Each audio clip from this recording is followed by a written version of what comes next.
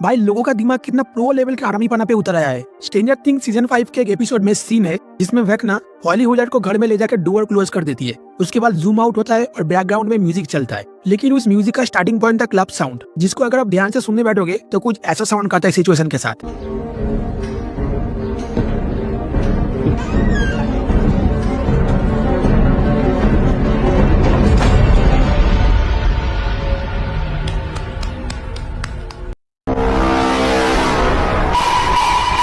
मैं कुछ नहीं बोल रहा, मैं कुछ बोल ही नहीं रहा। समझने वालों को इशारा copy. This need to be fix Netflix. Video delete चाहिए 15 नवंबर तक।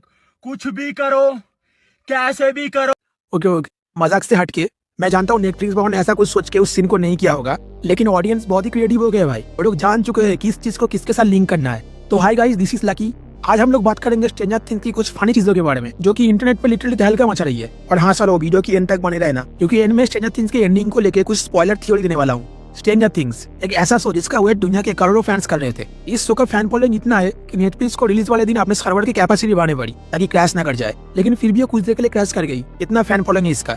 हर बार की तरह इस बार भी माइक बच गया और अब 2 साल सबसे सेफेस्ट कैरेक्टर बन चुका है पूरे स्ट्रेंजर थिंग्स में। इसके गर्लफ्रेंड के पास तो पावर थी और अब बॉयफ्रेंड के पास भी आ गया है। और भाई वो तो पीक मूवमेंट था स्ट्रेंजर थिंग्स का, जब विल ऐसे पावर यूज करके सारे डेमोडॉर्स की बूंद फाड़ देती है। कुछ लोग बोल रहे हैं कि वो माइक से प्यार करता था इसलिए उसको पावर मिल गया, लेकिन भाई पावर उसके पास शुरू से ही थी, बस उसके पास वो कॉन्फिडेंस नहीं था पावर यूज करने का। लेकिन जब रॉबिन ने उसको मोटिवेशन स्पीच देके मोटिवेट कर दिया, उसके बाद उसके पास पावर यूज करने का कॉन्फिडेंस आया।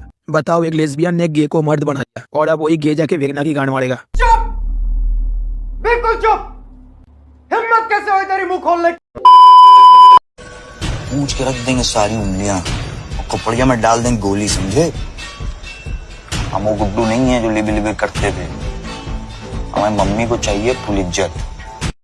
भाई मैं बिल्कुल शौक नहीं होऊंगा अगर आगे के एपिसोड में कुछ ऐसा सीन दिखा दे, ऐसे वेगना सामने खड़ा है, ऐसे विल खड़ा है और दोनों आमने सामने खड़ा होकर बोल रहा है, तेरे जुबान बहुत चलती है सूर्या। हाथ ज्यादा चलता है। मेरी पावर को मत भूल तू। मुझे याद रखने की जरूरत नहीं। मुझसे हाथ मिला ले, गद्दार से दोस्ती नहीं करता, मारा जाएगा। अपनी सोच। इतना गुरूर ठीक नहीं। सर पर कफन बांधने वाले मौत से नहीं डरते। अब निकल यहाँ से। पकड़ मारो जो पकड़ पकड़ ले पहन के लौड़े। ले मादर, ले मादर, ले मादर, ले मादर। पकड़ मारो जो पकड़ ले पहन के लौड़े। भाई इससे ज्यादा सफर करने वाला डेमो डॉग मैंने पूरा स्ट्रेंजर थिंग्स में नहीं देखा। और माइक को देखो, वो पीट रहा है डेमो डॉग को। एक टाइम था जब किसी भी डेमो डॉग को देखे इन सब की चड्डी गिरी हो जाती थी, और अब देखो सच में यार हमारे लौंडे बड़े हो चुके हैं।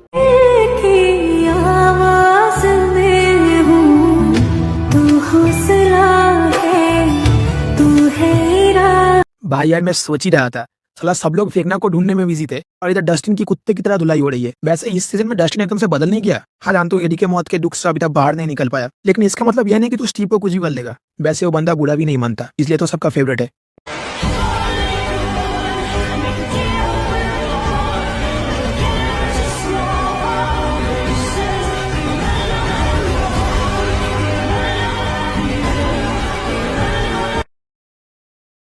सीरियसली भाई, अगर वो 4th डेमोड्रेगन वो आंट किलर वाले बच्चा ऐसा निकला तो ले मादर, चल ले मादर।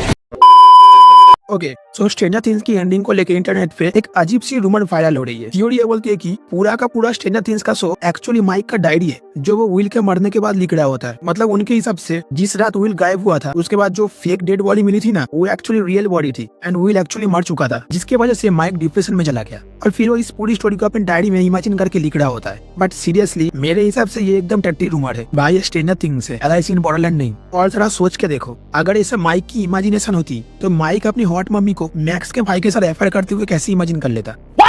मतलब थोड़ा तो रियलिस्टिक रहो यार। एनीवे, मुझे नहीं लगता कि ये थ्योरी सच होगी, लेकिन हाँ एक पॉसिबिलिटी जरूर है कि शो के मेकर्स हमें डुअल एंडिंग दिखाए, बिल्कुल अटैक ऑन टाइटन जैसे। अटैक ऑन टाइटन में जैसे ऑल्टरनेट एंडिंग दिखाया था कि अगर मिकासा उस रात एरेन को अपना प्यार कन्फेस कर देती तो दोनों सब कुछ छोड़ छाड़ के एक पीसफुल लाइफ जीते, लेकिन उसने नहीं किया और हमने वो ट्रेजिक एंडिंग देखी। स्ट्रेंजर थिंग्स वाले भी ऐसा कुछ कर सकते हैं। मे बी पहले एंडिंग में वो दिखाए कि अगर विल उस रात गायब नहीं होता तो क्या होता, और ये जो हम 4 सीजन से देख रहे थे वो एक्चुअली विल का ड्रीम सीक्वेंस हो, और दूसरे एंडिंग में विल वेगना के कम्प्लीटली कंट्रोल में आ जाए और पूरे हॉकिंस बर्बाद हो जाए और इस सब को रोकने का एक ही रास्ता बचे, विल को मारना।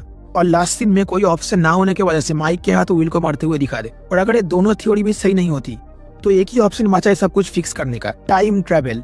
I mean why not. Avengers ने भी किया था थैनोस से मरवाने के बाद, वेगना भी क्लियरली सबकी वार्ड लगा देगा विल के थ्रू, और तब हीरोज को टाइम ट्रेवल करके उसी रात जाना पड़ेगा जब विल गायब हुआ था और उसको गायब होने से रोकना पड़ेगा। अगर विल गायब होगा ही नहीं तो उसको वो पावर्स मिलेंगे भी नहीं और वेगना का पूरा प्लान फ्लॉप हो जाएगा। तो हाँ गाइस, ये था मेरा स्ट्रेंजर थिंग्स की एंडिंग थ्योरी। अगर आपकी कोई वाइल्ड थ्योरी हो तो कमेंट में जरूर बताना।